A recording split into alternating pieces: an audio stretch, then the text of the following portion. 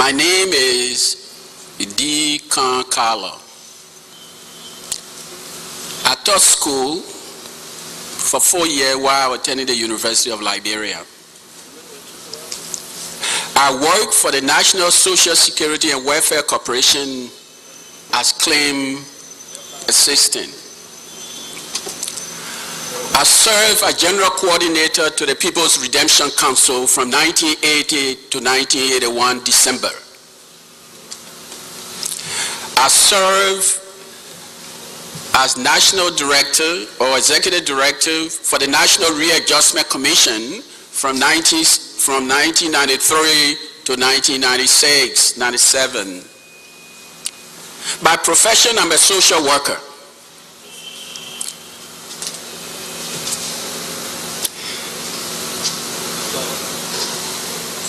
I come here today, Mr. Chairman,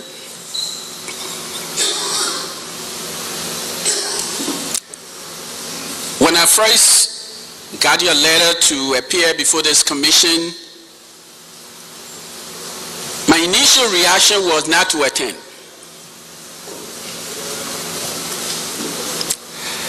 I had a conversation with a number of people discussing the invitation I got.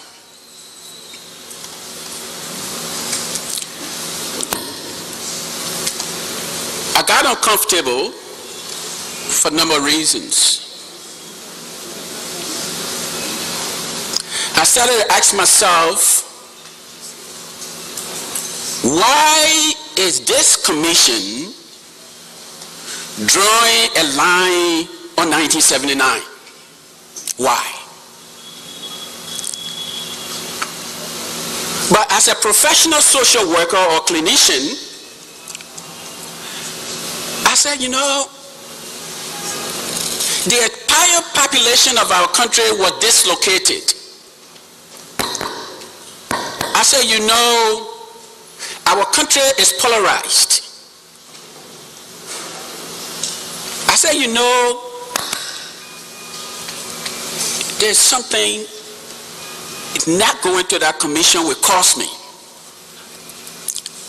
And Mr. Chairman, as I sat in this chair this morning, I passed by the Garden Street office of power. I went to the mass grave of those young people that were buried.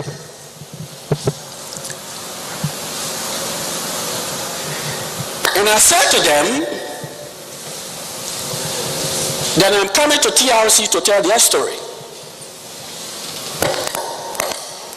To tell their story.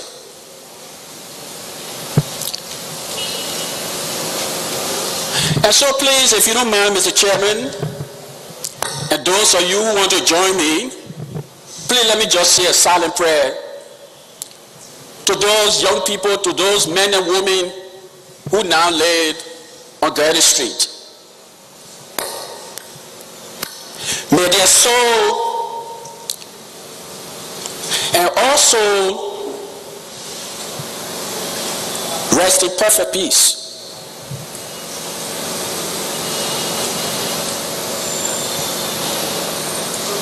Amen.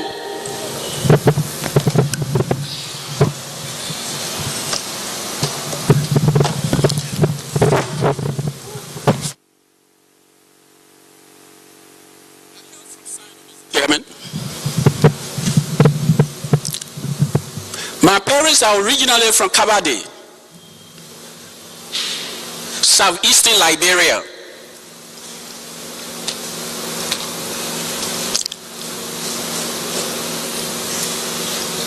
Sino County is a very poor county, very poor place.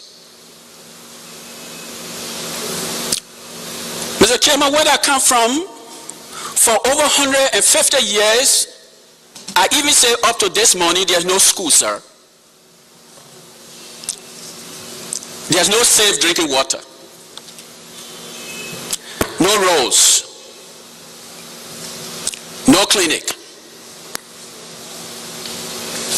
Sometimes I get the impression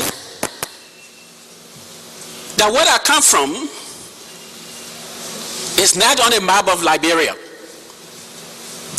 That those people that live there, and please let me hurry to say this, the situation of my place is the situation of thousands and not millions of people of Liberia all over this country. No light, no water, no school, no roads. I'm a product of their poverty. I'm a product of their poverty. And so,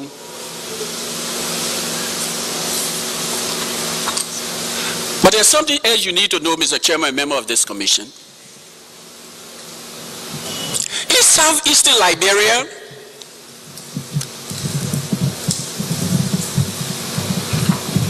between 1888 and 1900, our culture was intact. The institutional framework of our traditional society were intact. Benjamin J.K. Anderson in 1888 made an expedition, and he reported that if the government of Monrovia did not reach out to the hinterland, the chances of losing out would be very high. And so come the birth of the Liberian Frontier Force. 1904, Liberia Frontier Force. Liberia Frontier Force came into being to enforce the law of the Monrovia government. A government that had no link, no clue about the life, the condition under which we existed.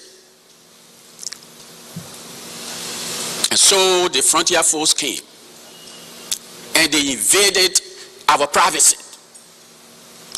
They invaded our trust. Yes, they did. They did, my friend.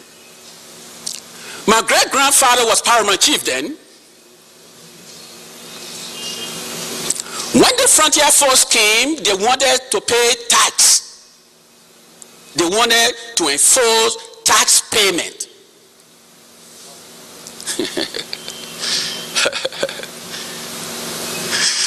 Yes, they wanted the poor people who have no job, no income, to pay hot tax. And if you did not pay the hot tax, there's something, if the South people call it tagbe, they tie it on your crazy bone and they scrape you naked and lay you in the sun before your wives and children. My grandfather, my friend, decided he would draw the line in the sand. The line was drawn.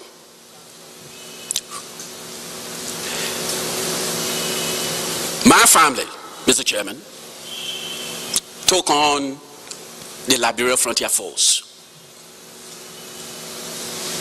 Several lives were lost. But nobody cares to recall that. They didn't come from Cruiserville. They didn't come from Attington. They didn't come from Millsbury. They came from Kojai. They came from Pinetown.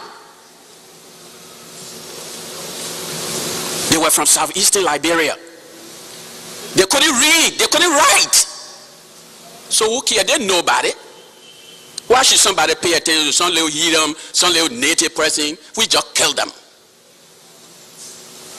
Yes. But you know something? Grandfather fought them. And then they set Kojai on fire. Over 1,000 houses, they burned them to the ground. And my parents fled Kabadi. And the story I'm telling you is the story of thousands of young people that came together in 1976.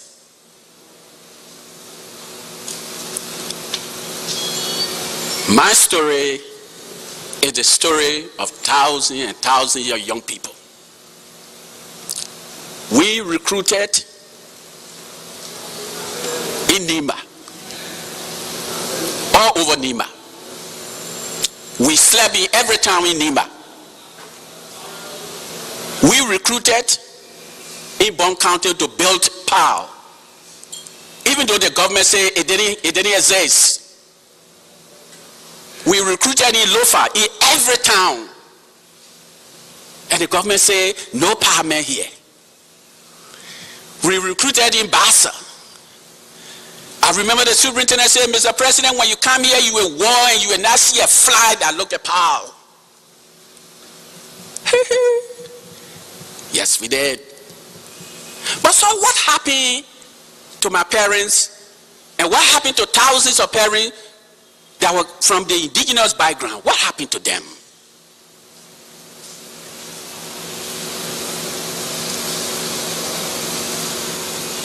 These people,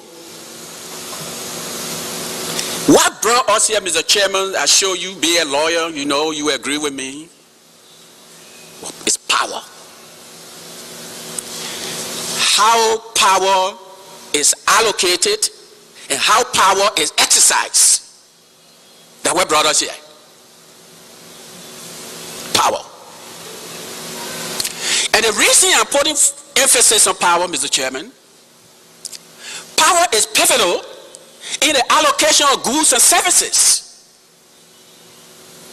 So here was the government instructing the Liberian Frontier Force, knowing full well it has no basis in the allocation of goods and services.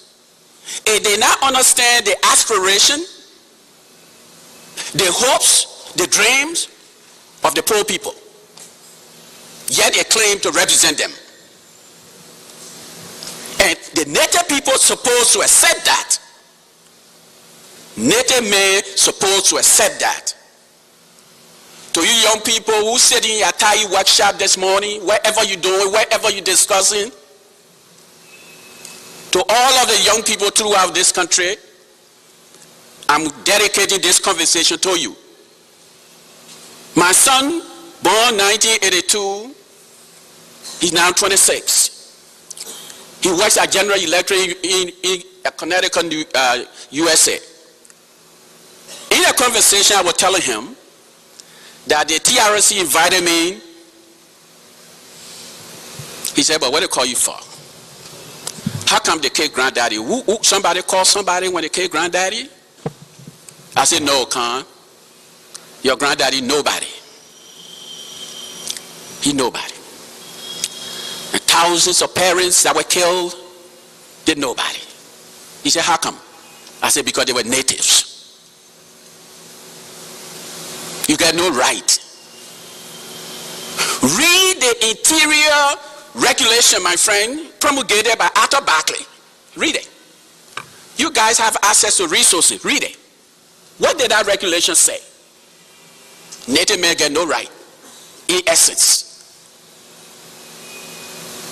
So we can come, we send Frontier Force there, they beat you up, and then, you know, I'm sure a lot of you in this hall, maybe you heard it someplace. Between 1920 and 1930, my parents, among several parents in the southeast, were sent to Fananipool. They were forced on slave labor to Fananipool. They get no right to be here. We can send them anywhere. We make money off of them. Fananipool. How come they're supposed to be here and we sitting here trying to look for some money? So we ship them to Fananipool. The other day I heard Madame say she's in charge of history. Please document that for so my son will see it too. Because he needs to see it. I come to this conversation standing on the high shoulders of Boyman Famule, Oscar Quia, Chia Chipo, Tobana Tipoti. You know something?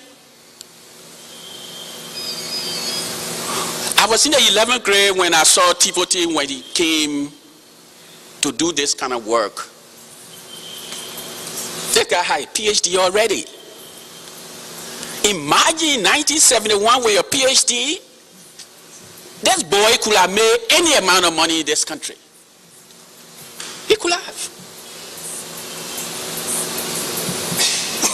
When I entered the university, I saw the young guy. They say he just came. He has a PhD, Amos Sawyer. These boys were fresh, smart people. You will ask yourself, but why are they doing this? These guys could make some money, man. The first time I saw Boyman Famule was this Ministry of Justice as a young man in AGM school, right on this place. His father was arrested because he had few socially bulks and some bulk in a house. And I saw this kid, tear rolling. I said, damn, that's my friend. That's my friend. It could have been my father. But I said, yes, that's what happened to my father. I was born in a place in Sino they call Cedar. When the boy Kojai, my grandfather took all of us. He took his family. There was a man called Amos Wellerspoon. He was a social justice of Liberia. He's from Sino. And they told a story that if my grandfather went to Amos Wellerspoon, that nobody would touch him. He and his family. I guess as the good Lord will have it, Wellerspoon was in Sino. The code was not in section. And my grandfather met him. He entered into a contract with a social justice Wellerspoon. And what was the nature of the contract? My grandfather agreed that every year he and his family would make farm for Mr. Wellerspoon. And up to the time of his death, from 1920 to 1961 when he died, my parents were making farm for Mr. Wellerspoon because he gave us shelter.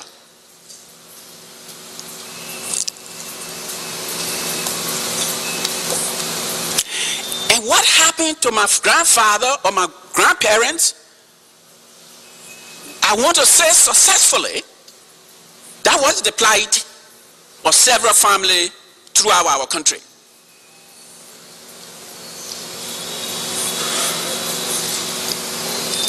My family knew a thing or two about political repression. And so I grew up, all of us grew up learning the story, what happened.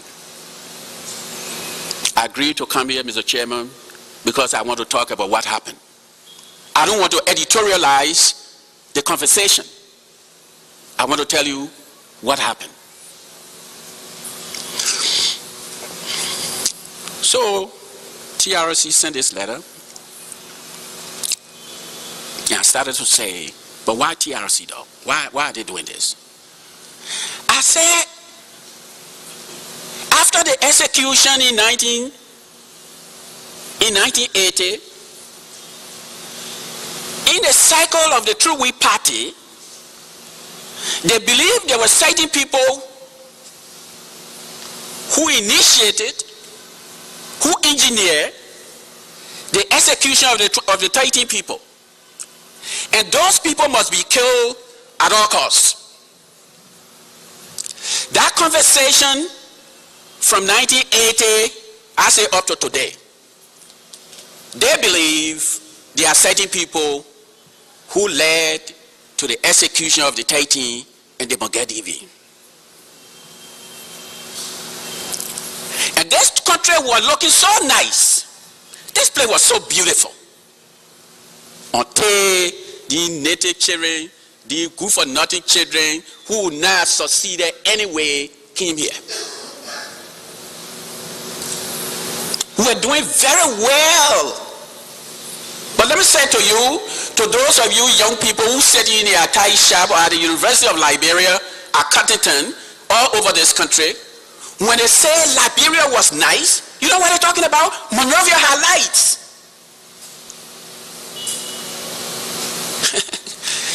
The University of Liberia, the only state school, the school open, so it's all right. So where they coming from to say this place not nice?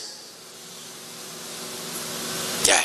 Along Monrovia was nice, Liberia was nice. But I had a nice surprise for them.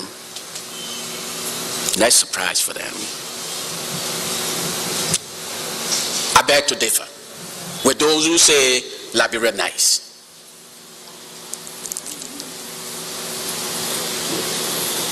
Because of my family's opposition, natural resistance to the useless use of power, we pay attention to governance. My family did. My parents could not read or write, but the only thing they were interested in was what government was doing. And our case study was Sino. My family followed the activities of government on a daily basis. And in their opinion, the government did not perform. And they concluded they have no obligation to this kind of government, this thing that doesn't work. My parents would talk about the Southtown War. They would talk about the Grable War.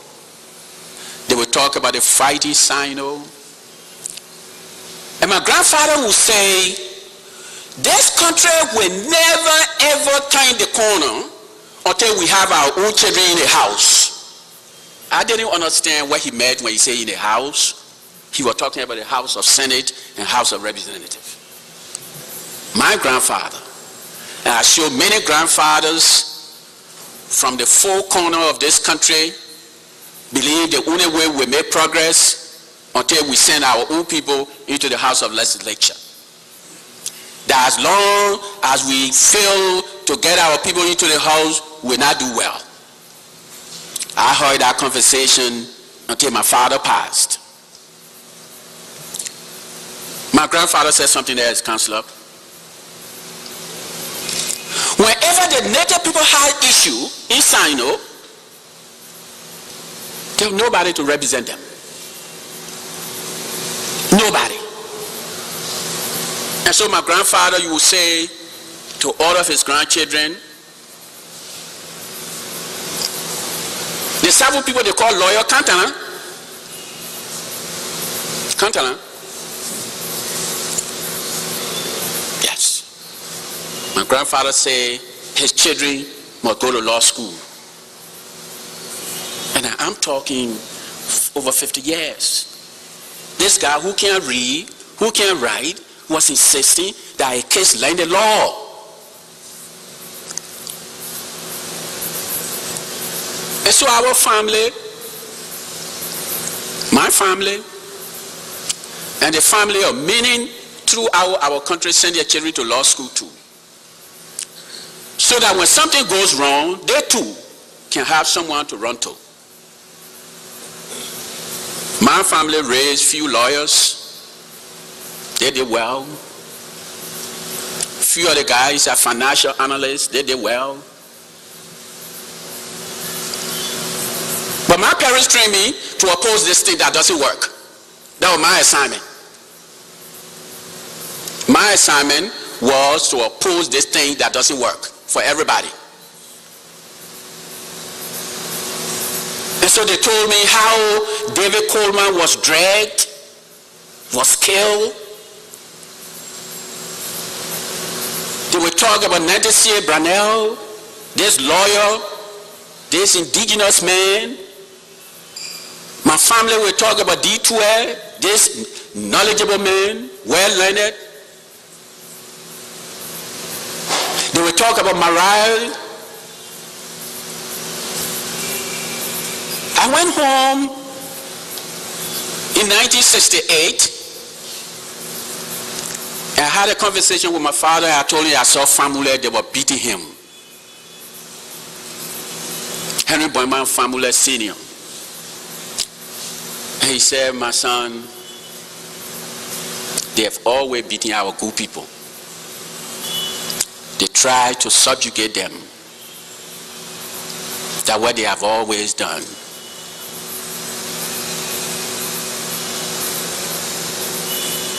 He said, but you know, you got to keep on. You got to grow. Don't worry about what happened to family, but you got to go to school. When you go to school, maybe one day somebody will get lucky. And all the poor people, children that are learning book, one day somebody somewhere will succeed. And the condition of the poor people will be better. I had a conversation with my father in 1968.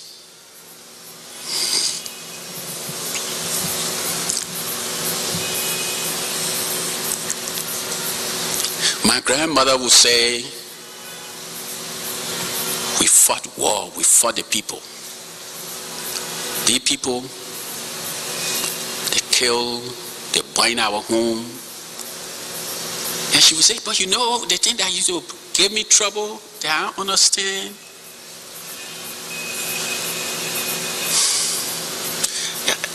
I wonder they get family too. Because they just come in a town and shoot people and they burn a place. Do they have family too? Why am I talking all of this? The men and women who formed the Progressive Alliance of Liberia, that's their life. The life of their parents, their parents' parents.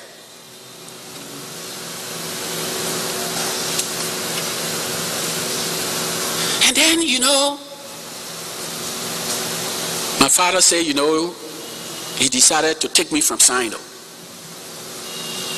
First, he encouraged my big brother to come to Monrovia to go to LU. Because Grandpa said he got to be the lawyer. He got to learn law. So he came to Monrovia to learn law. As a good lawyer, we have a Counselor S. Edward Carlor became a very good lawyer.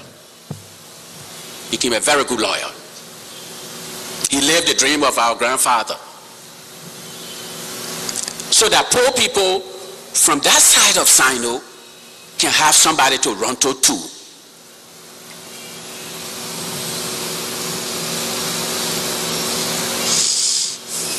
My brother graduated from the law school in 1968. He started to work for Ricky Henrys. Ricky Henrys, Speaker of the House. He was Speaker. He was loyal to all the major concessions. What a contradiction. What sort of representation is that?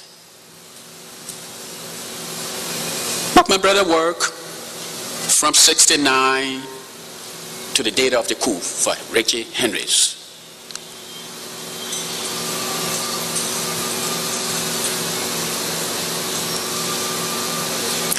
Let me say quickly, Liberia became a one-party state. One-party state. That's the context in which we're having this conversation. One-party state. The True We Party of Liberia was the only place that you dish out power, you make money. If you well behave, they reward you. True We Party. In 1970 came, the True Party, they will arrest some opposition person here, they will intimidate them, they will rape their wives, they will rape their children all over the place. if they believe you are opposed to the party, you will never get any blessing. You'll be very lucky if you get a job to teach, because teaching was the only thing they could get natives, you know. Few of the other ones that fell through the crack, you know, who became superintendent here and there, they fired them in little or no time. They fired them. It's a culture thing. It's a culture thing. So I saw 1973. I saw Prince Brown. I saw William Bade. I saw William City. They were soldiers. Good men. The security agencies of our country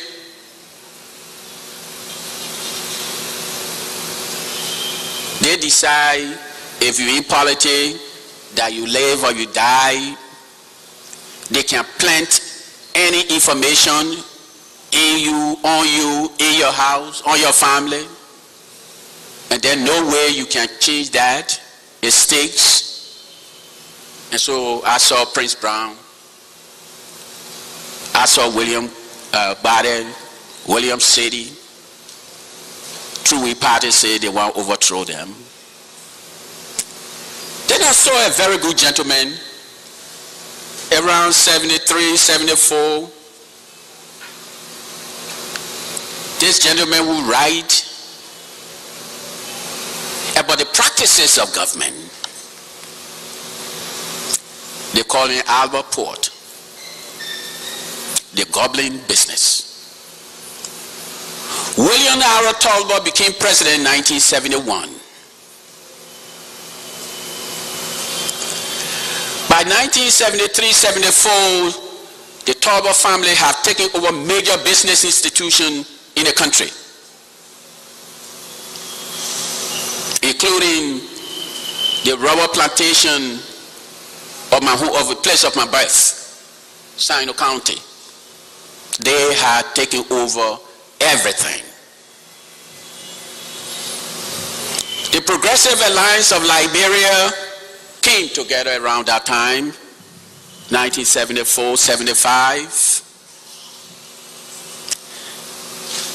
Gabriel Bacchus Matthews,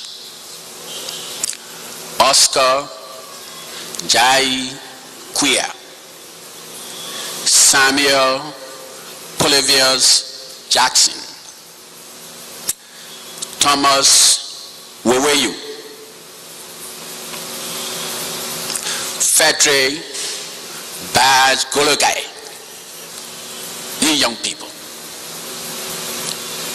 they decided, you know, something is not right in our country. And there are many other people, you know, their brain is old now. Brain is old, so just in case I did not recall your name, please pass me. Give me a pass. It's not deliberate. It's not deliberate.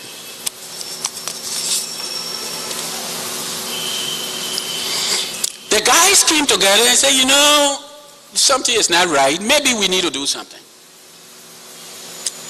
And the first order of business by Powell in 1975 was to constitute themselves into something like a research thing, a think tank group, research policy issues, and make recommendations to government. They soon learned very quickly that this thing will not work. True Whig Party does not respond to some letter by some child sitting up in New York or Washington, D.C. No.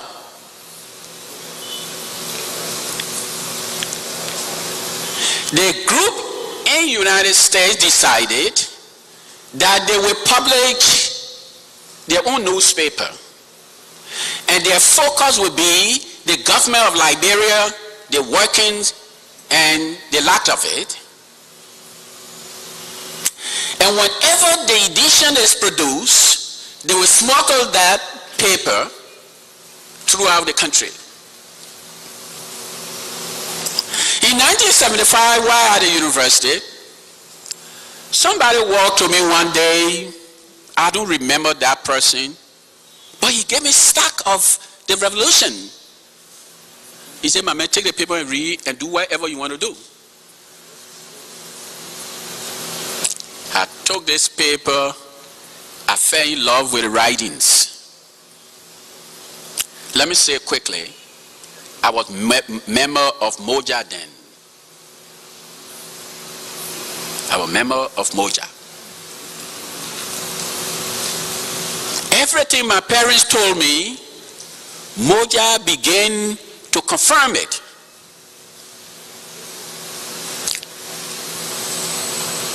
They start to tighten my identity, my values, my beliefs. Moja. But when I read that paper from Powell, the paper indicated that Powell wanted to form an opposition party to True Party. I said, damn it, this is what my grandfather said we should do.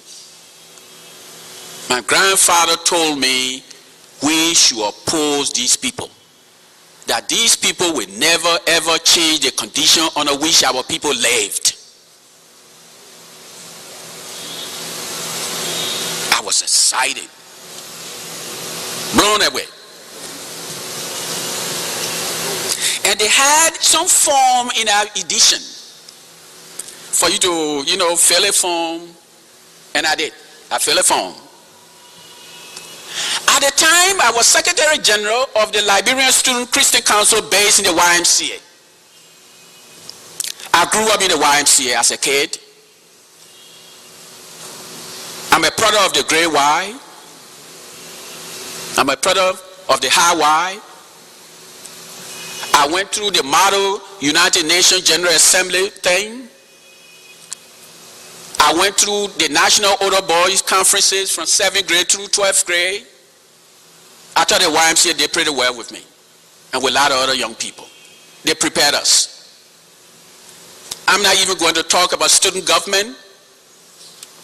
From 6th grade up to the time I left high school, I was president of somebody, some class, some student council. My skills were grown. I was good to go. And then when I entered the university in 75, I became chairman of the All Student Allied Party. My skills again were being beefed up.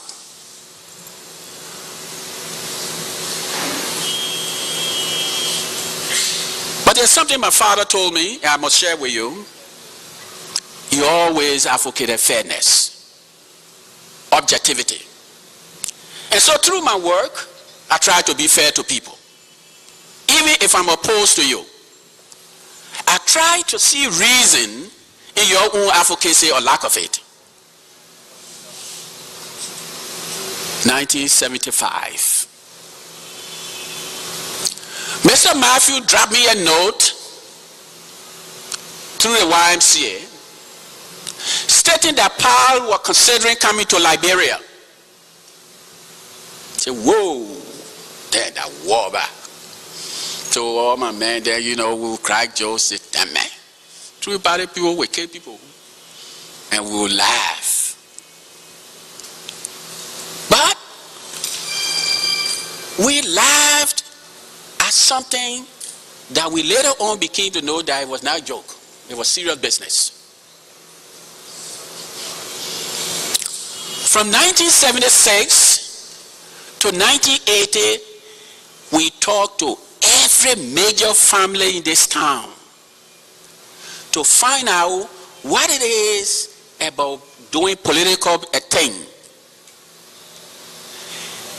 Every family, every individual we talk to in this town will say, no, no, no, don't do this. No, no, don't do this.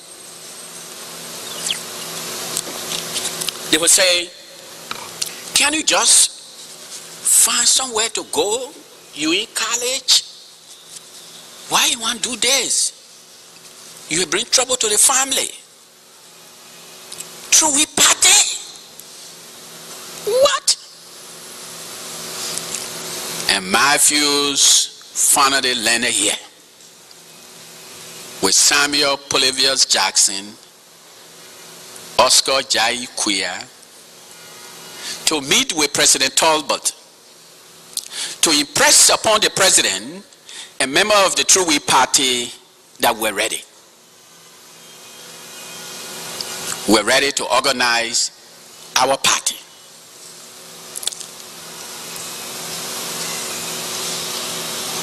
We informed the president that we are organizing our party on 3 basic principles. And one of those principles was, I guess, well, we made some changes today, but the issue we raised with True We Party, they are alive and well today. But here was the issue we raised. We indicted True We Party on 4 counts. Here they come. Failure to develop a comprehensive educational system that will have ensured all Liberian children of a brighter future. That was count 1. Count 2, we said, failure to provide the infrastructure necessary for the country to make progress. Infrastructure. How you make progress, they play close. The 3rd count, we indicted the True We Party. We said, failure to develop agriculture program that will enable our people to ultimately become self-sufficient. On the 4th count, we indicted the True We Party. We said, failure to create a political apparatus of inclusion, indicative of social and economic justice and equality. Those were the 4 counts. We felt that this country will never ever make progress as long the school system is not correct. Throughout my lifetime, my parents, they're farmers. That's all we live on. They don't have any job organized, they work for themselves. But the food we produce, we couldn't sell it because there was no road. Where we live in Sino, how much food can you put on your head to take to Greenville to the marketplace? We couldn't. How come some people in this country believe only they have the brains and only they can make decisions for you, and that you are not capable to decide what is good or what is bad? On those reasoning, the Progressive Alliance of Liberia was given birth, Mr. Chairman. We decided that the cornerstone, our cornerstone, that the Progressive Alliance of Liberia, that later on became the Progressive People's Party, will bring people to the process through the primary system. We said, and I showed a number of people in this room, on this panel, we agree with me, that True We Party selected people through the caucus system. They go in a back room, smoke their cigar, drink their wine, drink their gin, and decide on somebody. We decided that we'll contrast that approach.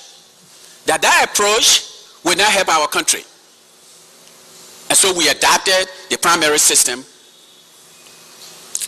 The second pillar we advocated was that the country needed to be decentralized. We needed to reorganize the country. We argue that if you reorganize the country, that one, you will bring credit. You will strengthen the credit institutions. And poor people will have access to financial institutions to get whatever they wanted to do so that they can do it. And do it without hindrance. We argue that the poor people of Liberia have good credit in paying banks. That the American Liberians have no credibility. Every bank they have put together, they have stolen the money from there. And we believe the poor people, if they credit from a bank, that bank has a future.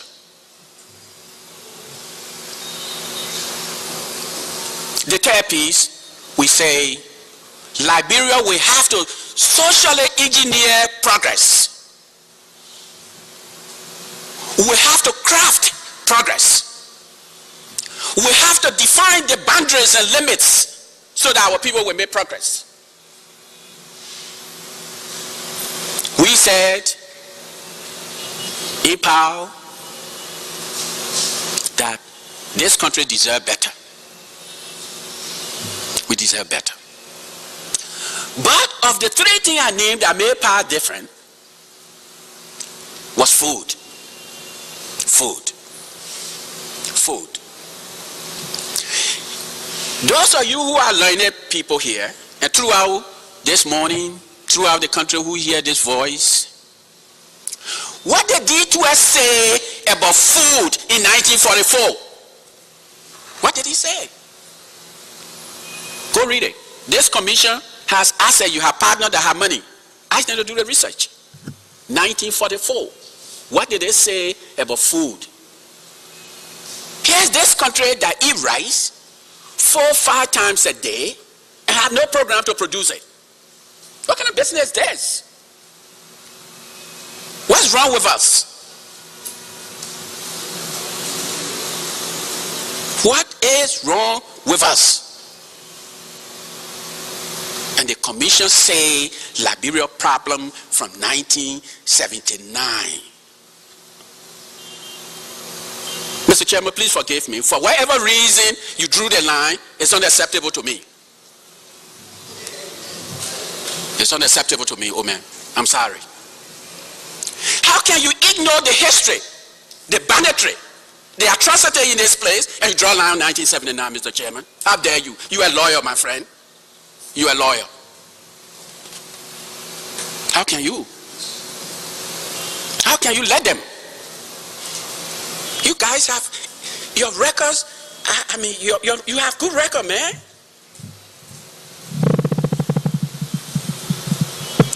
Let me put on my social work cap for a moment, please. And I'm putting on this cap, Mr. Chairman, because I hear people talking about apology. What is the mission of this commission? What is the mission? What's your focus? Because it will give us understanding, sir. Because all the debate that's taking place, you're not reacting to it. You've been sucked into some false perception, sir. And that's sad. That's sad. That's sad. As a social worker, Liberia coming all of at least the last 14 years of war, your focus. The 14 years of war, in fact, has separated our families. This war reduced our values. This war broke down the institutions. The institution of the family, culture, economic, even political. Not only that, sir, we lost over 300,000 people. They were raped, Mr. Chairman. My father was killed because he was Karn Carlor's father, Mr. Chairman.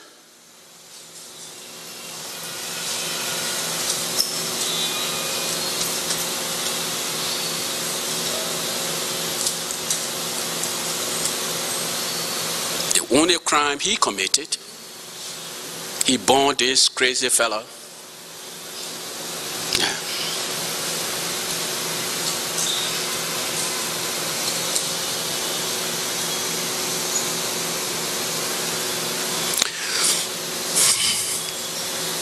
ministry, 1976. Paul came. We were clear what we wanted to do here.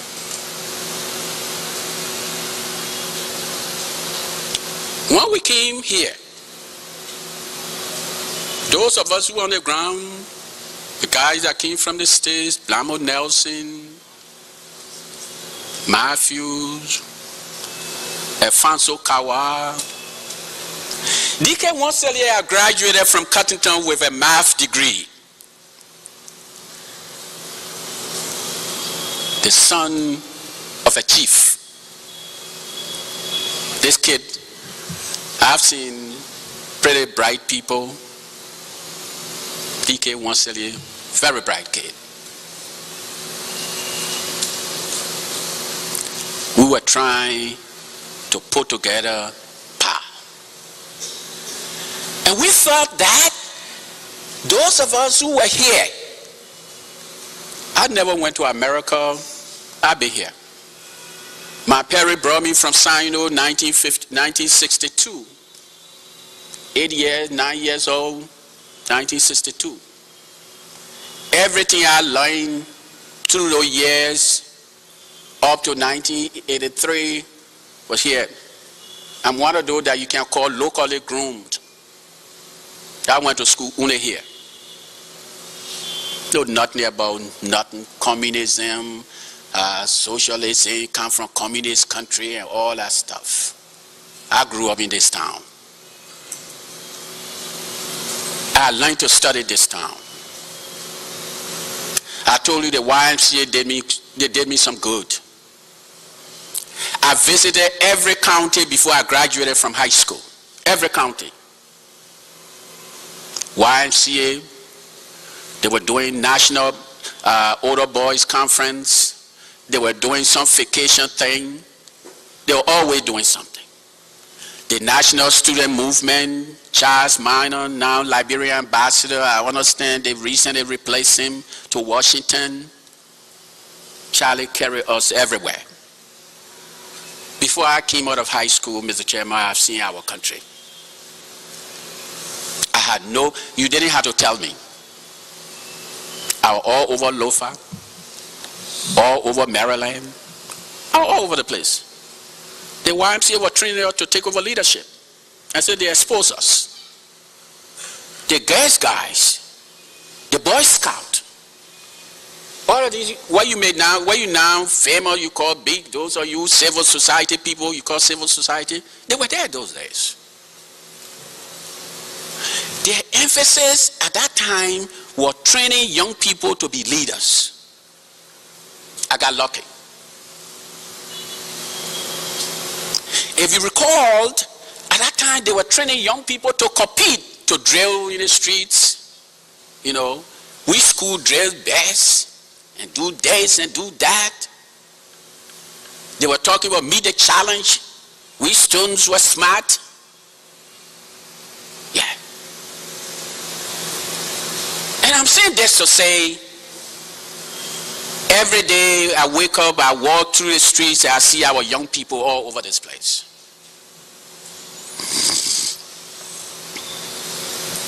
And I ask myself, so what do we have to do when we deal with this kid who's selling biscuit? 6, 7 years old selling biscuit in the street. What will his life be after 30 years? The conversation we're having is about 30 years, right?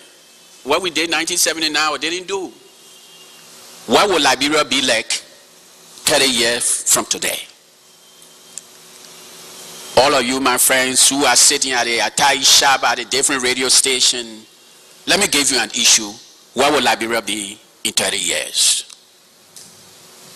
That's the conversation you should keep with our young people. And the reason why it's important, 56% of our population is below 21. That's my social work cap. 56%.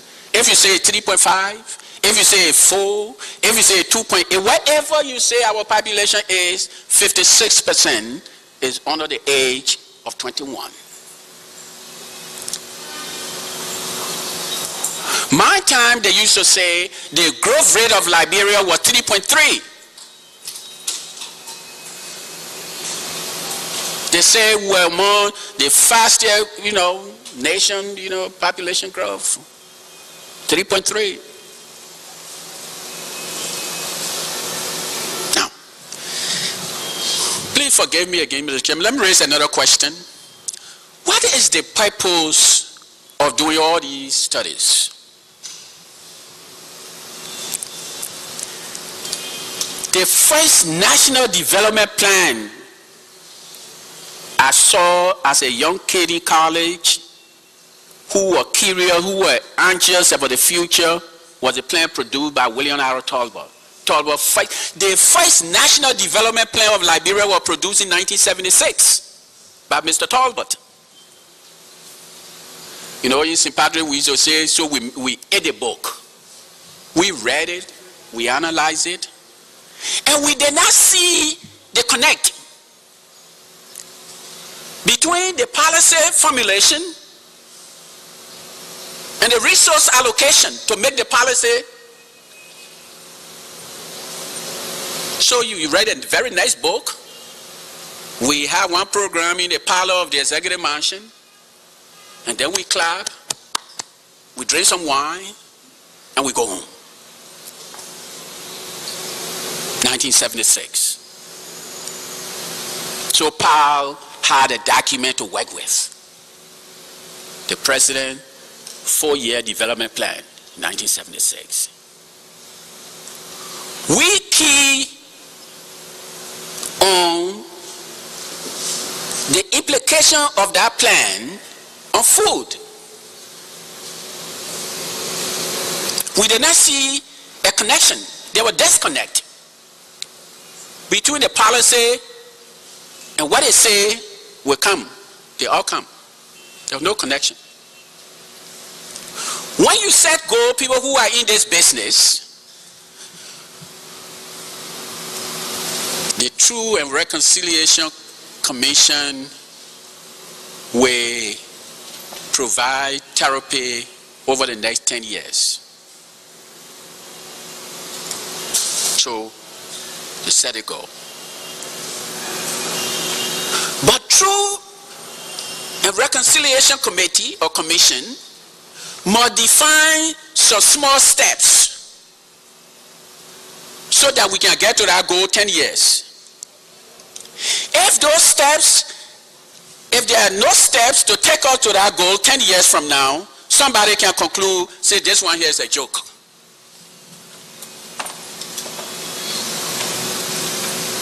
We read the 1976 plan of the True We Party.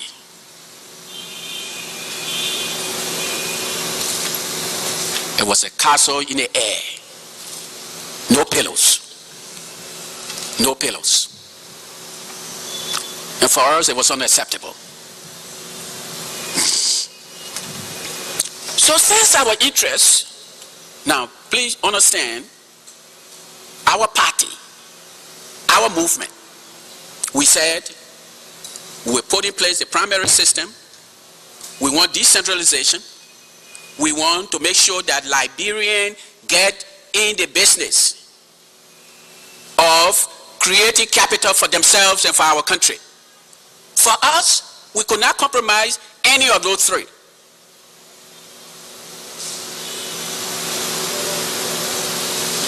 Create indigenous capital.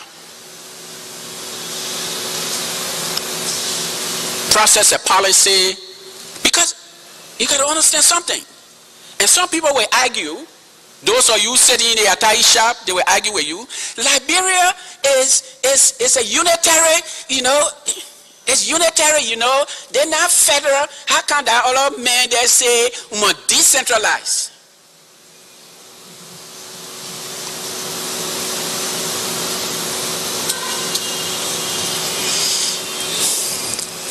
When you empower people, When you give people voice, there can be nothing better than giving voice to people. That's where decentralization, we argue at the time, will do. To give voice to the people. They will make mistakes, we said. No doubt. That the administrators will make mistakes. And so when we read President Tolbert Lewsom, we went to see the Minister of Agriculture.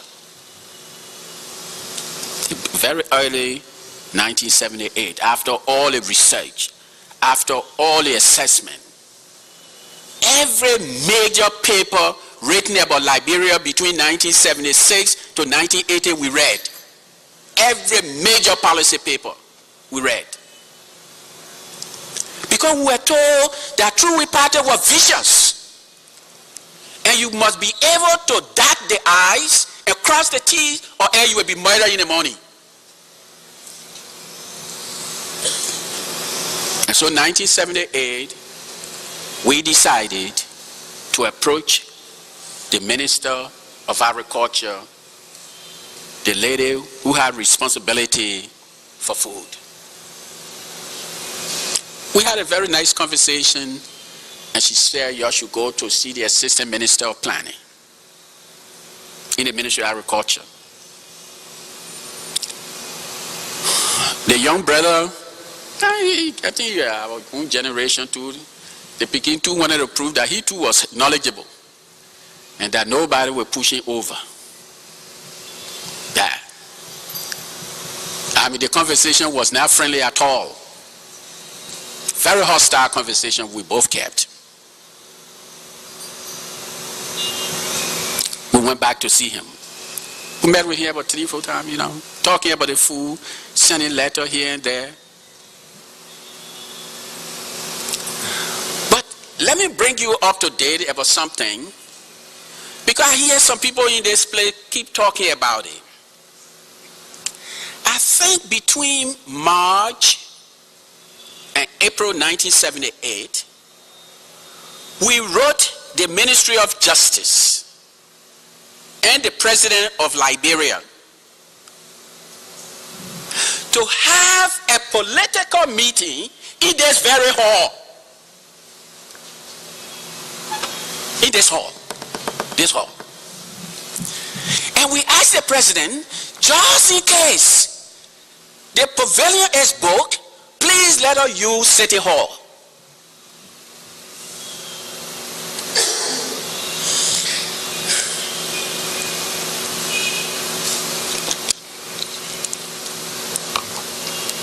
We got no reply from the President. We got no reply from the Minister of Justice. And the day we asked to hold meeting in this hall, the True We Party brought battalion into the city.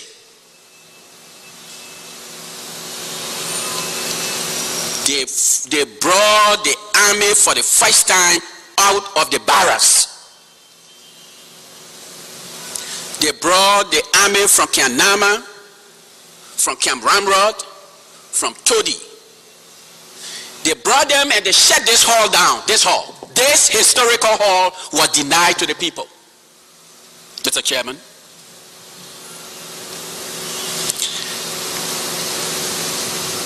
They just shut us out. But who said they can't have meeting in our place? The Centennial Memorial Pavilion became their place. Early 1978. But what was troubling, you didn't reply us, but you brought army.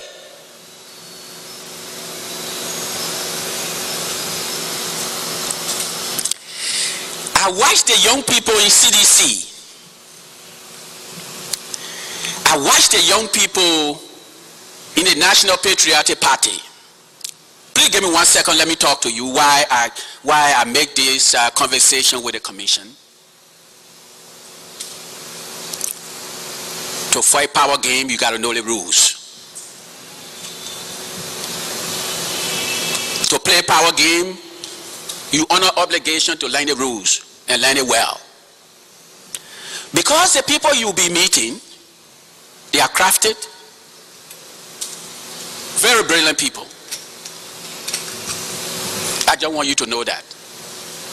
Because when I see CDC people every day, when I see MPP case every day, I always say, now that look like power. Yeah, I would do my hair like that, you know. They look at us. That's how we used to be. Yeah. People told us we have no place in this place.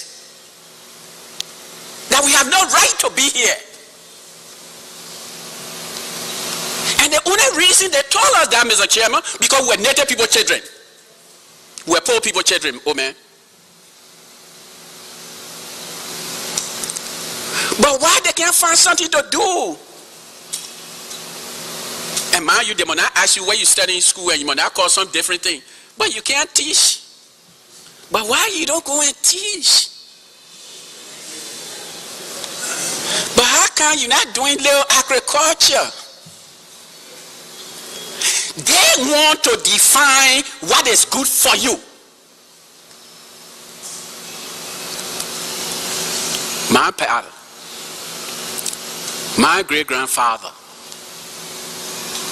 my grandfather, my father.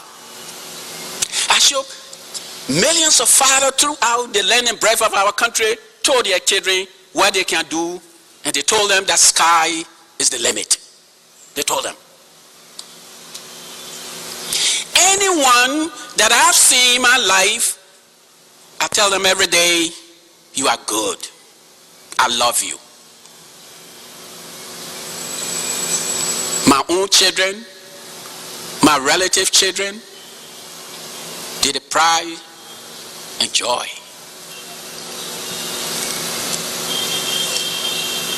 If you were to get to see any of my kids this morning and you'd say something to them, say, Big Carlor told me, you're not telling me something new. Because I told them they have to be competitive. That I born in a place that was not friendly to me and to my friends. 1978.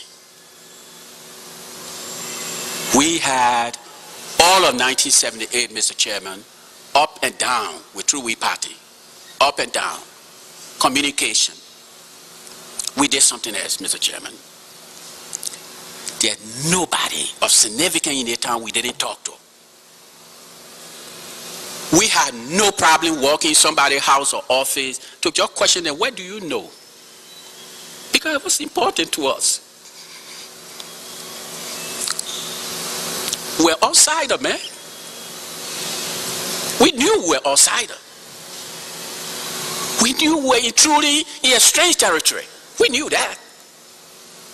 And so we wanted to understand what it was all about. 1978. 1978. 3 times in 1978, we decided to hold public meeting, PAL. 3 times. The True We Party turned her down, and they didn't only turn her down from the hall, they brought the army. Late 1978, the first political party meeting that was held in this town from 1956 to 1978, the meeting we had was the first opposition meeting held in this place. And guess where it was held? Guess where? On the beach. Coconut Plantation. On the beach. 1978. 1978.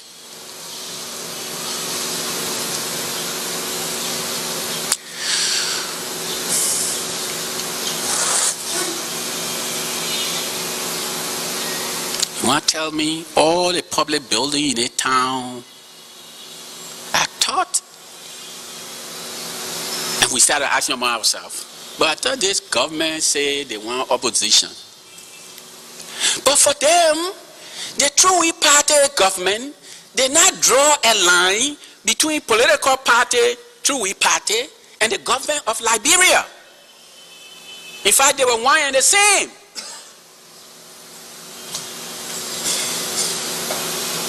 We had a meeting, and President Talbot, the security told President Talbot, we had a meeting on the beach, and there were guns on the beach. 1978. We met with President Talbot, and he said, you know, I get a report, you get guns. But you know, you can't do nothing here, you know, wherever little gun you get. 78.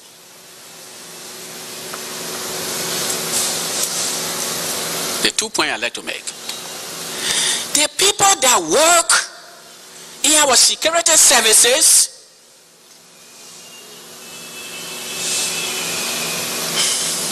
and you are dealing with that very question today. The police. We are organizing the police. We are organizing the armed forces of Liberia. What is the mission of the new army after 14 years of war? What is the mission? Philosophically, what is the army supposed to do? The army of 2008.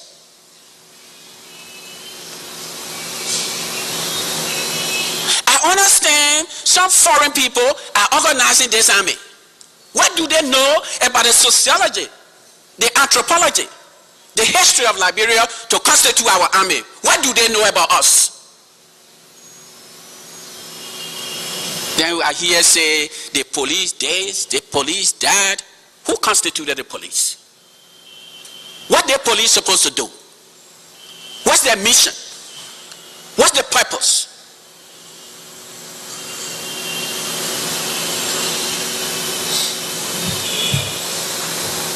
(1978). They brought the army on us because we want to have meeting in this room. The true army at us. We pull back. We're not ready. No, we're not ready. After the time when we had a meeting in Coconut Plantation, by that time we are organized pal in every neighborhood in this town. Every neighborhood in this town had what we call area committee. Mr. Chairman, we work 24 hours non-stop in this town. Oscar Queer, DK Wanselier, we decided we'd take another large county from the True Party, and we took Nima. We wanted to teach them a lesson very badly. We wanted to rub their noses in the sand so they would know that power belongs to all. We wanted them to know that politics or the whole power game was full-time. It was not only about eating money, taking people money, arresting people falsely, lying up and down. There's a definition of governance that I want you to know, Mr. Chairman. It says, strong state. Strong state. Accountable to a citizen under the rule of law. Governance. There are several definitions. As you go through the literature, you will find. For this discussion, I want you to focus on that piece for a while for me.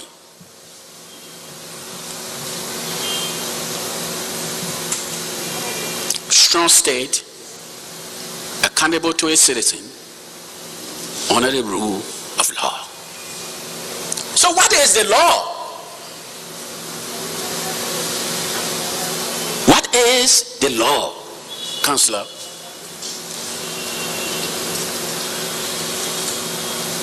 What did they say about forming political parties? What did they say? What should be the behavior governing political parties? Prior to 1986 Constitution, what was the law? I'm not even worried about 1986. What was the law that governed the behavior of political parties prior to 1986 Constitution? What was the law? Because it's important for you to know, because you may in no time you will say, well, they violent, they acted outside the law. But what is the law? It's important for this commission. Because for me, I'm hoping that when the commission job is done, you will help us to understand what is happening to our country. You will help us to understand the place of the Constitution. You will help us to understand how we do business as a government. You will help us to understand what is the role of the political parties. How should they behave? So 1978, we decided we'll get an office. Just a man, he was involved in diamond business. May his soul rest in peace this morning. Timothy Frank. Mr. Frank said he worked with Nadia Brownell and other people in 1956. He said they killed them. And he said his way of mourning, of grieving, would be to give Paul his house. If the place, I stopped there this morning. I stopped at Paul's office this morning.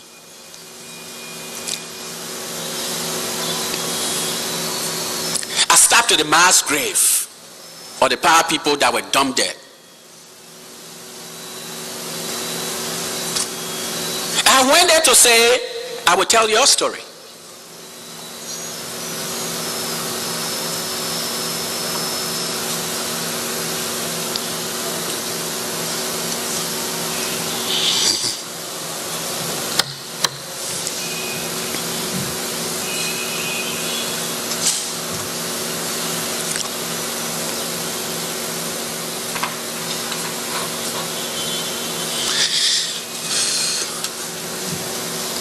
(1978), around October, November,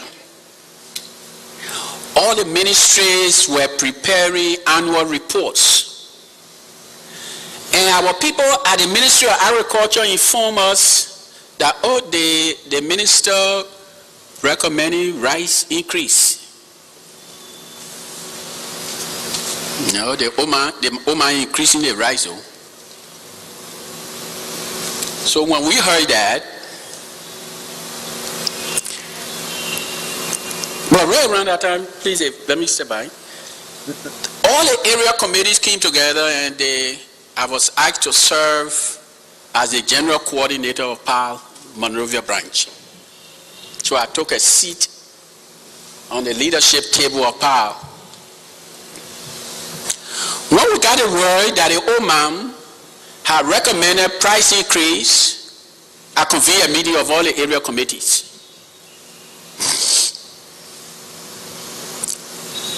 That meeting, we considered one item: food policy.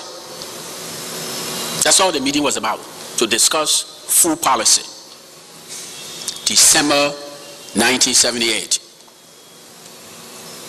The Monrovia branch of the Progressive Alliance of Liberia convened. We invited the leaders of the Central Committee Mr. Matthews, Mr. Quia, D.K. Wanselier, Samuel Doki, D.K. Wanselier, Dominique Sao from Bonn, and all of our men around the country. And Nyepan from Sino, we brought all of them in. We wanted to have a conversation among ourselves.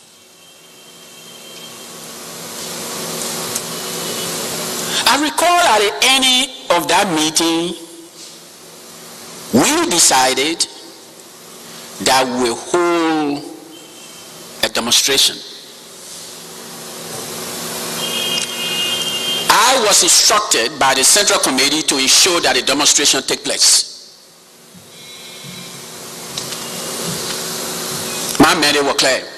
Let the demonstration happen.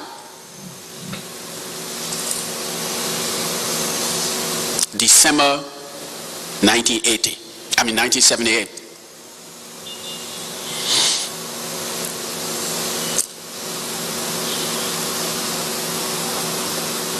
Then we went back into outreach. Talk to people in government. Talk to people in business. Talk to people in the True We Party.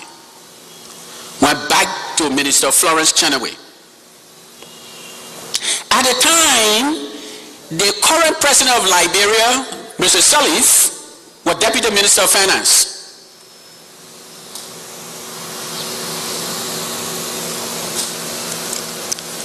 She was B person too. B person in the True We Party. Yes. 1978. We ran this conversation with school. We went to LU library, just talking to people to understand the issue better. So we wrote Minister of Justice Oliver Bright to grant us permit to demonstrate, to take our request to President Talbot and the True We Party.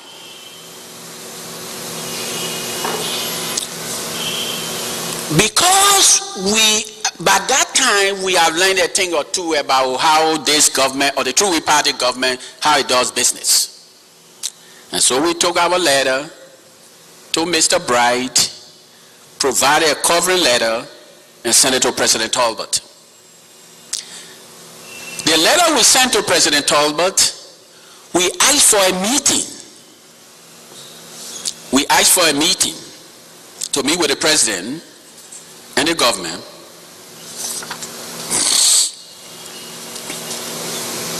The president agreed to meet with us on March 25th, 1979. March 25th, 1979. PAR constituted a 25-man delegation. At that time, we call our delegation the People's Delegation. They were comprising of people from the civil society, from our party, and people who have interest in the issue. The President Talbot brought to that meeting Mrs. Helen Johnson Salif, his Deputy Minister of Finance. She attended that meeting. Oliver Bright, Florence Chenaway, Richard Henrys, Frank Talbot, the stars of the True We Party were there. March 25th, 1979.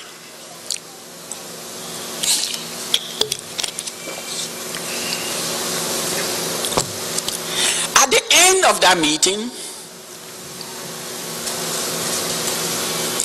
President Talbot told us, or told a meeting, that he understood the concern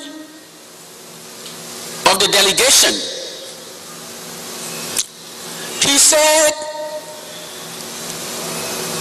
I will get back to you. let it be known that the recommendation from the Ministry of Agriculture is just a recommendation. We trusted the president. We had a handshake with a gentleman. Because I must say quickly, President Talbot has treated Powell with respect. And whenever he tells us something, we honor it.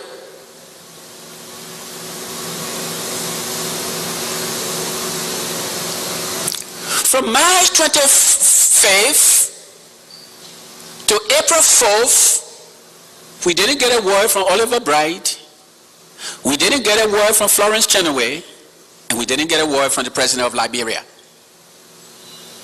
Matthew and I sneaked into the president's office. We went to the mansion. We told the people that we were there we wanted to see the president. The president agreed to see us. We went. He looked at Matthew, he looked at me, and he said,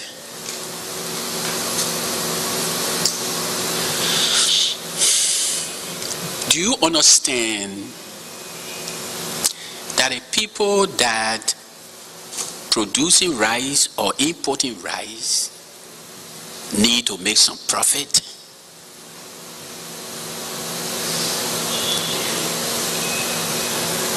And Matthew said, yeah, Mr. President, we do.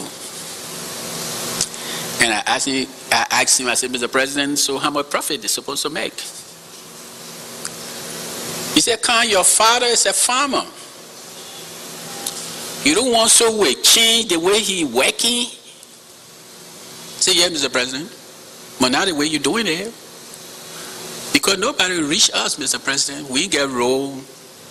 By that time we have read the literature now. We were very solid, very confident on the literature, on the books. I said, no, not the way you're doing it, no role, nothing there. So, my father, I don't expect my father's condition to change, Mr. President. And then during the meeting, Matthew said, Mr. President, who stands to benefit from the proposed price increase? He said, Mr. President, we have a listing of all the people that are importing rice to Liberia today. The number one importer is Daniel Talbot, your brother. He said, Mr. President, we have a listing of all the rice producers. The number one producer happy to be you and your friend J.T. Philip and all of you. So yeah.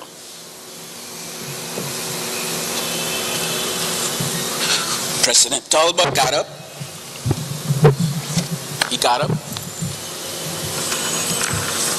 could see his face. And he walked out. He came across, he came around the table. Around the table.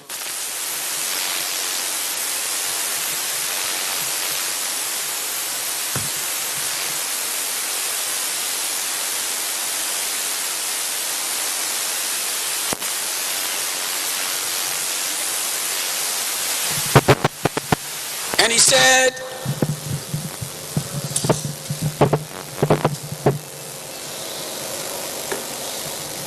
he was shaking. And I said, Mr. President, we trust you. You've been fair to us.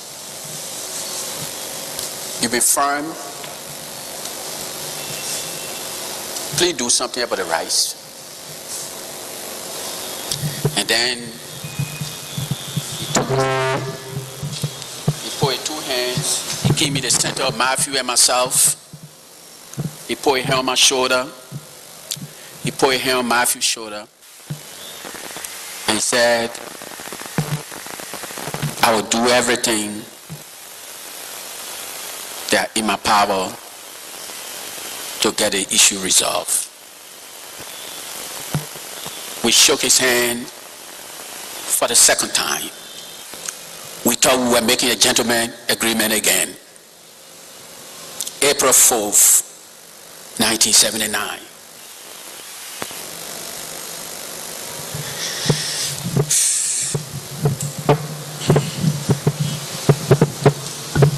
Mr. Chairman, why am I going through all of this? Because there is the thinking in this town that Powell people were reckless.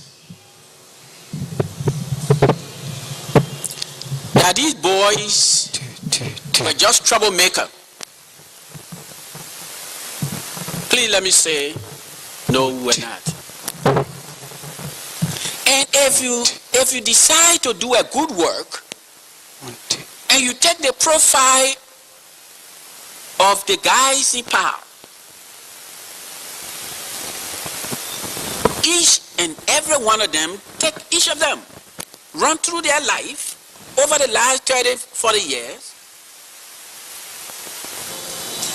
there's no spot on our skin about the use of force in this country. No spot. We, the Powell people, including those that are lying in a graveyard on Center Street, those that were buried in Temple Village, the police threw them there, and the only crime they committed was because they were Powell members. They killed them.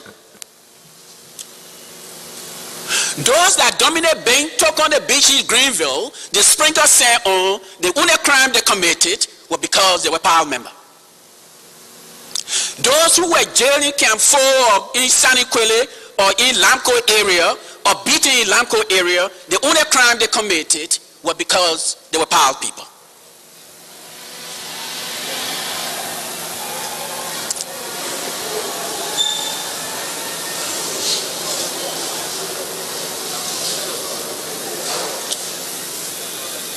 We, no time, Mr. Chairman,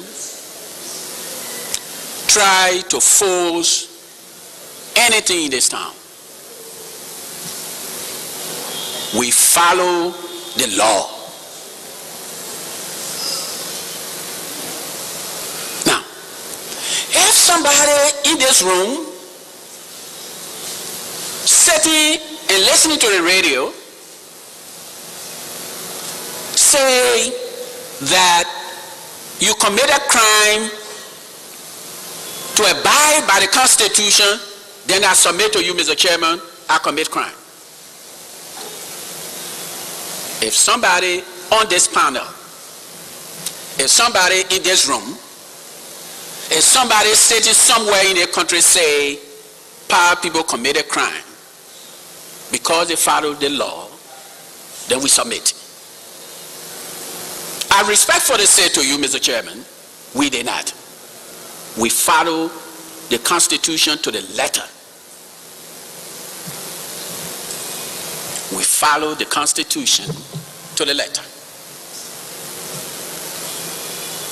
After April 4, after our meeting with the president, we drew some conclusions. We left that room believing that President Tolbo's mind was made up and there will be price increase.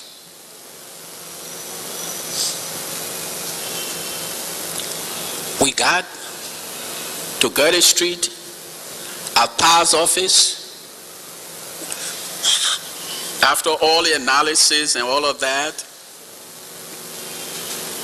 we wrote President Tolbo a letter asking President Tolbo to accept a $20,000 contribution to do research on our food policy. We said to the president that he did not have sufficient evidence that the research, that the formulation of our food policy, that the logic was faulty. We concluded the president's logic for increasing the price of rice was faulty.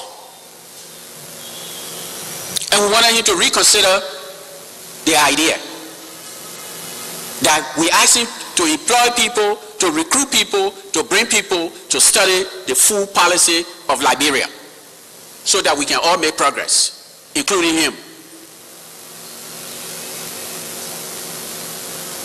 In a few days, we got a letter of rejection from the president that they would not accept our contribution. At that time, Oliver Bright had issued the first order to shoot and kill if any child is found in the street. Oliver Bright, the Minister of Justice, my Attorney General, decided that he will shoot me for abiding by the law. Oliver Bright. Remember something? The luxuries you have today was never there, my people. Everything that resembled radio in this town was controlled by the True We Party. Everything that looked or smelled like newspaper in this town was controlled and managed by the True We Party. Whether Liberian Age, Liberian Star, the Inaugural, the Bento Times, you name anybody in this town. Everything that was newspaper in this town was controlled by the True We Party. In fact, the only radio station in this town, they were two. ELBC, owned by the government of Liberia, and ELWA, a Christian radio station. So how come these boys who have no means, how come they beat them? The people have radio, they have television. The man who spoke for 2 days in this place yesterday, he was a government announcer. Yeah. Government announcer. This guy who bowled this town yesterday. Government announcer.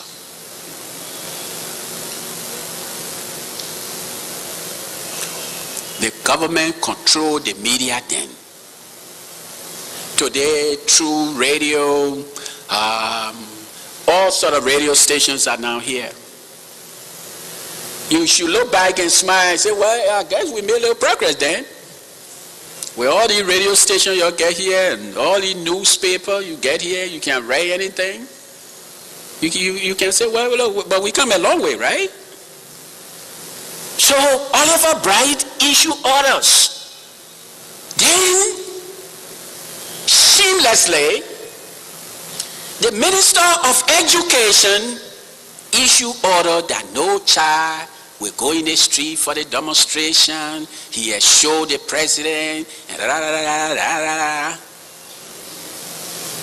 shamelessly. Easter. This holy day,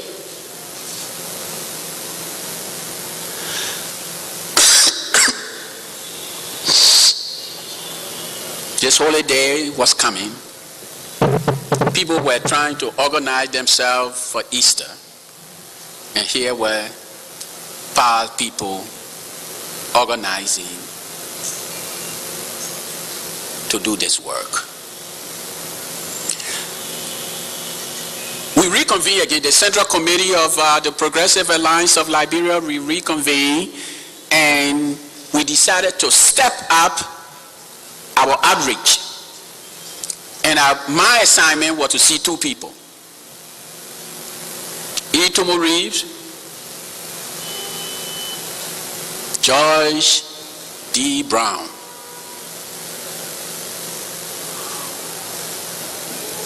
We have been in contact with Bishop Brown from the time Matthew arrived here.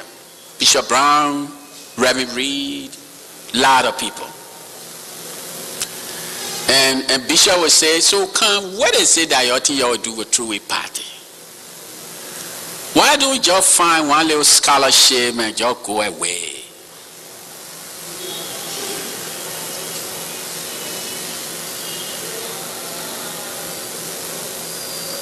Please forgive me for stopping. My boss man just arrived.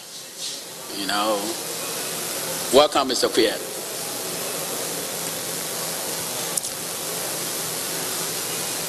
We went out, Matthews, Queer, all these guys, to talk to people. As a principal organizer, I was getting nervous. Getting very nervous. Because when you listen to the radio or you watch TV, you panic. The government was issuing shoot to kill orders.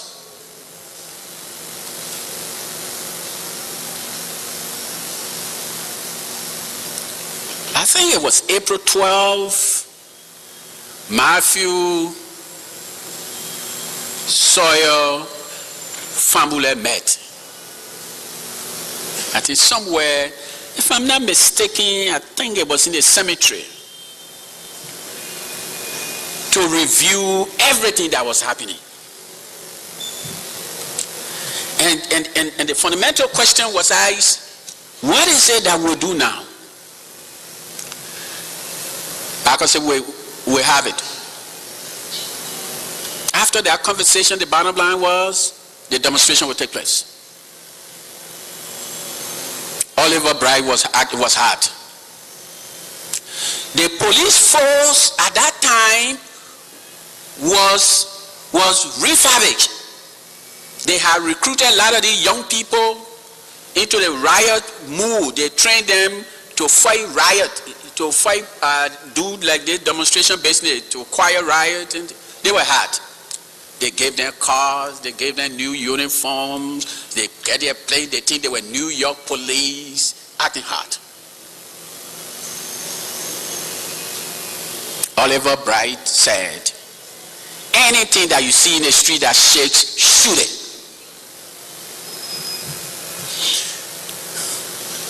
That March, that April 12 meeting between Matthews, Sawyer, and Fambule,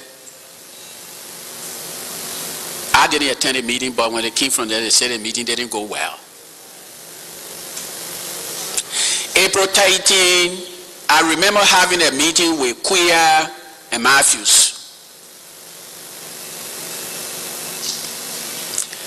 I asked both Mr. Queer, the Secretary General, who was my boss, and Mr. Matthews.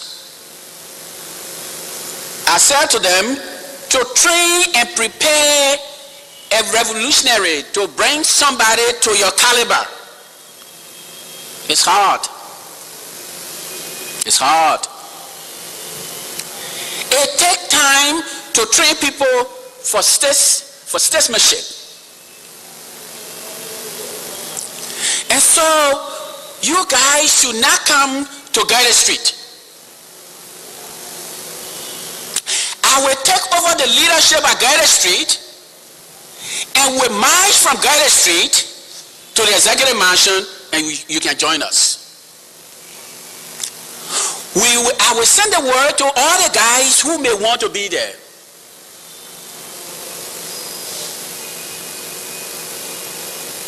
I still recall in an emotional way, Queer hugged me and he said, you sure that what you want to do? He said, you're your mother only child, you know. I said, but that's the reason I want to do it.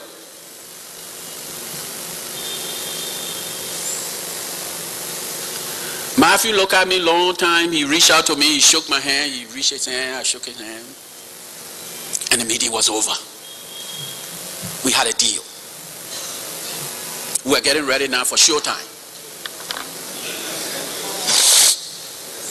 Yeah.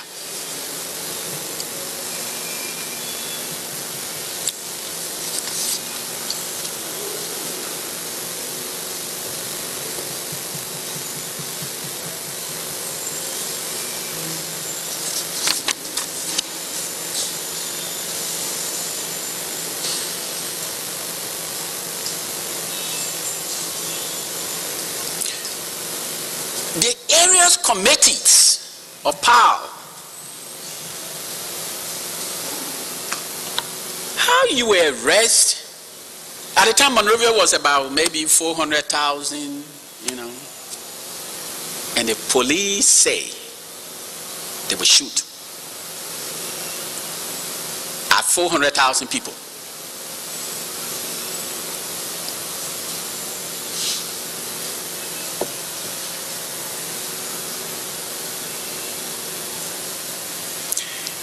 We were worrying at that time about a couple of things. Some people said, but we can go to court. If they deny us the permit, why don't we go to court?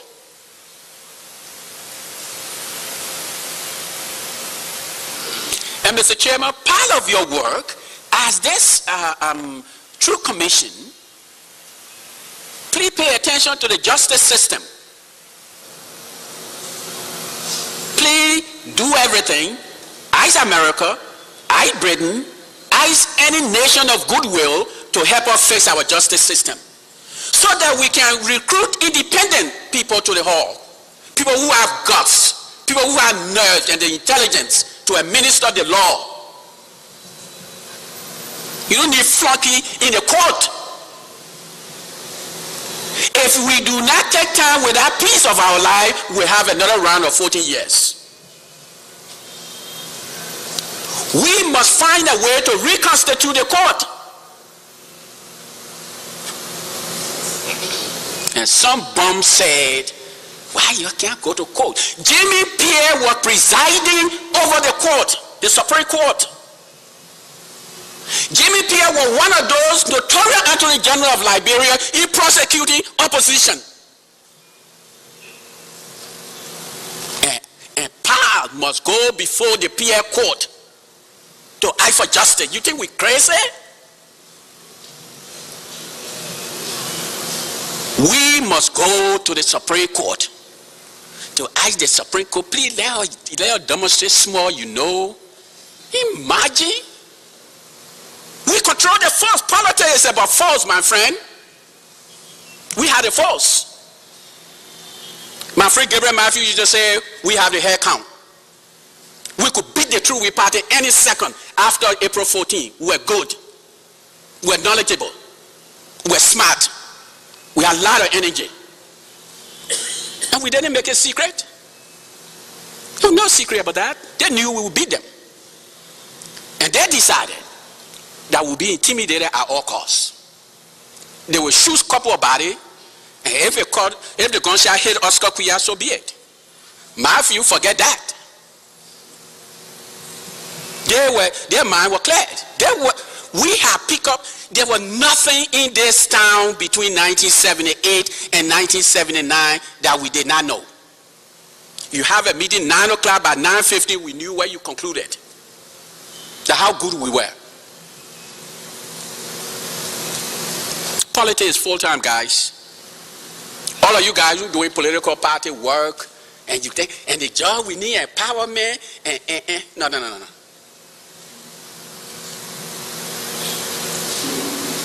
I have a gentleman, he told us something, and I will let you know that.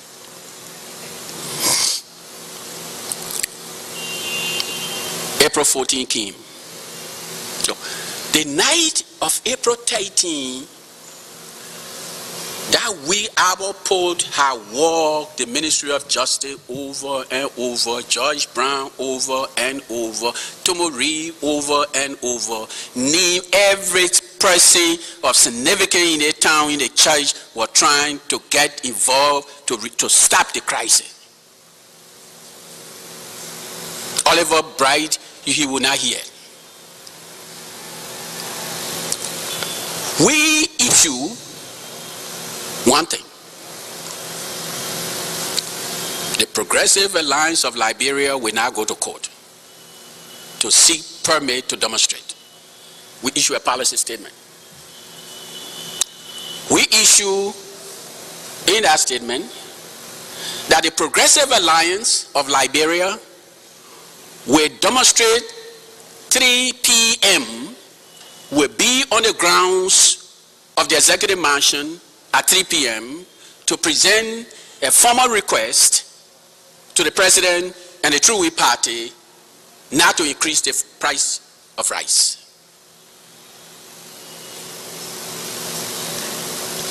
That's all we say. that night, may his soul rest in peace. We are getting Mr. Quia out of the whole facility because that area was infiltrated by all the police, all the security people. If we are talking about Guided Street, the graveyard, Randall Street, what they used to call Cooper Farm, where they have the UN area, all the offices, the security people, because NBI was right there when you climb the hill, when you go in Merkley Street, they're right there. The entire security network was brought to force, and they descended on Guided Street. Some of them claim to be members of power. And those that we know will come to you and we tap you on the back and say, Pingy, this is a rough business, don't do this, don't do this. Oh yeah, we blew their covers too. We blew their covers.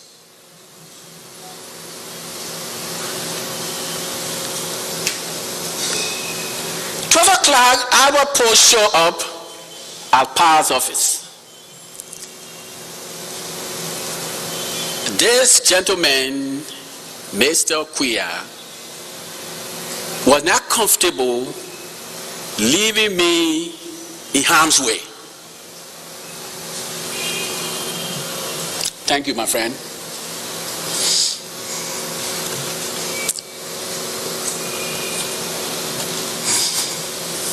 Thank you for the guidance. Thank you for the help.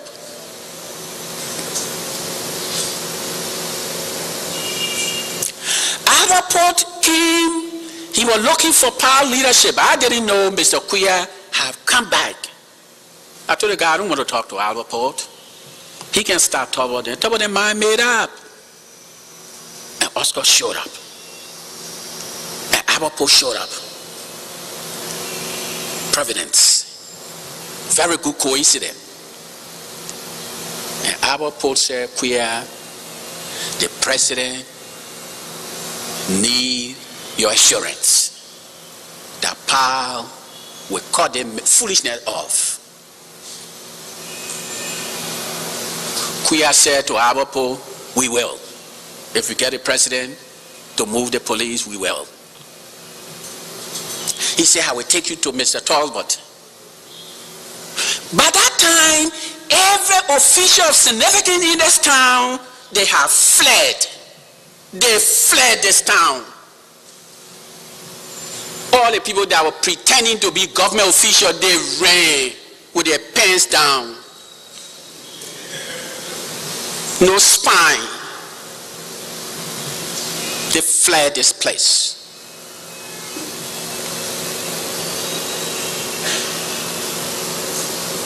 Abapo tried all night. This guy was running, going to Bento, going to the mansion to get to the president. And he said, look, Mr. Port, pal, the operation is good to go, okay? We're good to go. And so when you say we should cut a demonstration or 12 midnight, okay, we'll cut it off. We send word to our people from 12 midnight to about 6, 7 o'clock that morning that when you hear a gunshot goes off, that's the only time you move from your place. Wherever you are, stay. Don't move.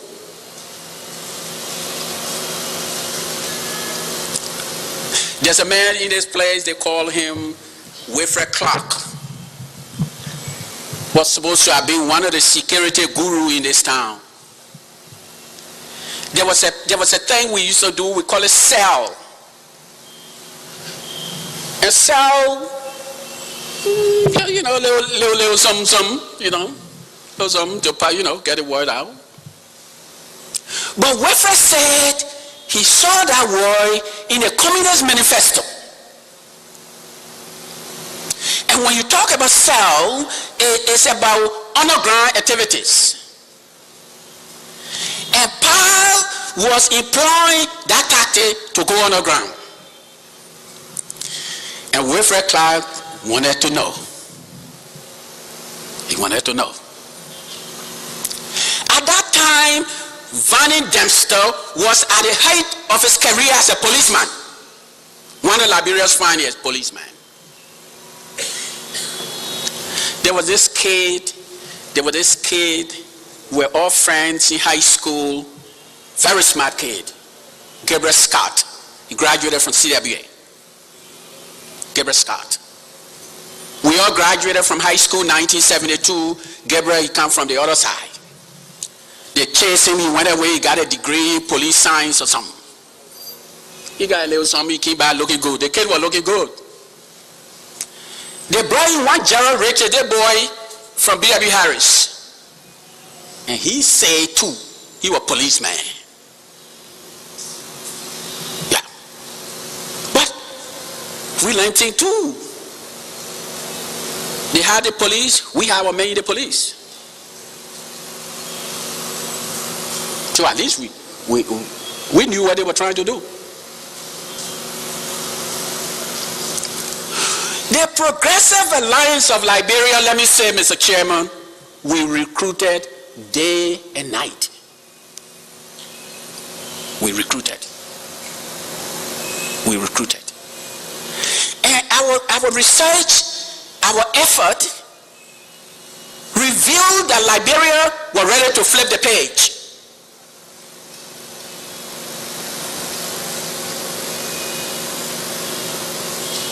April 14, finally arrived.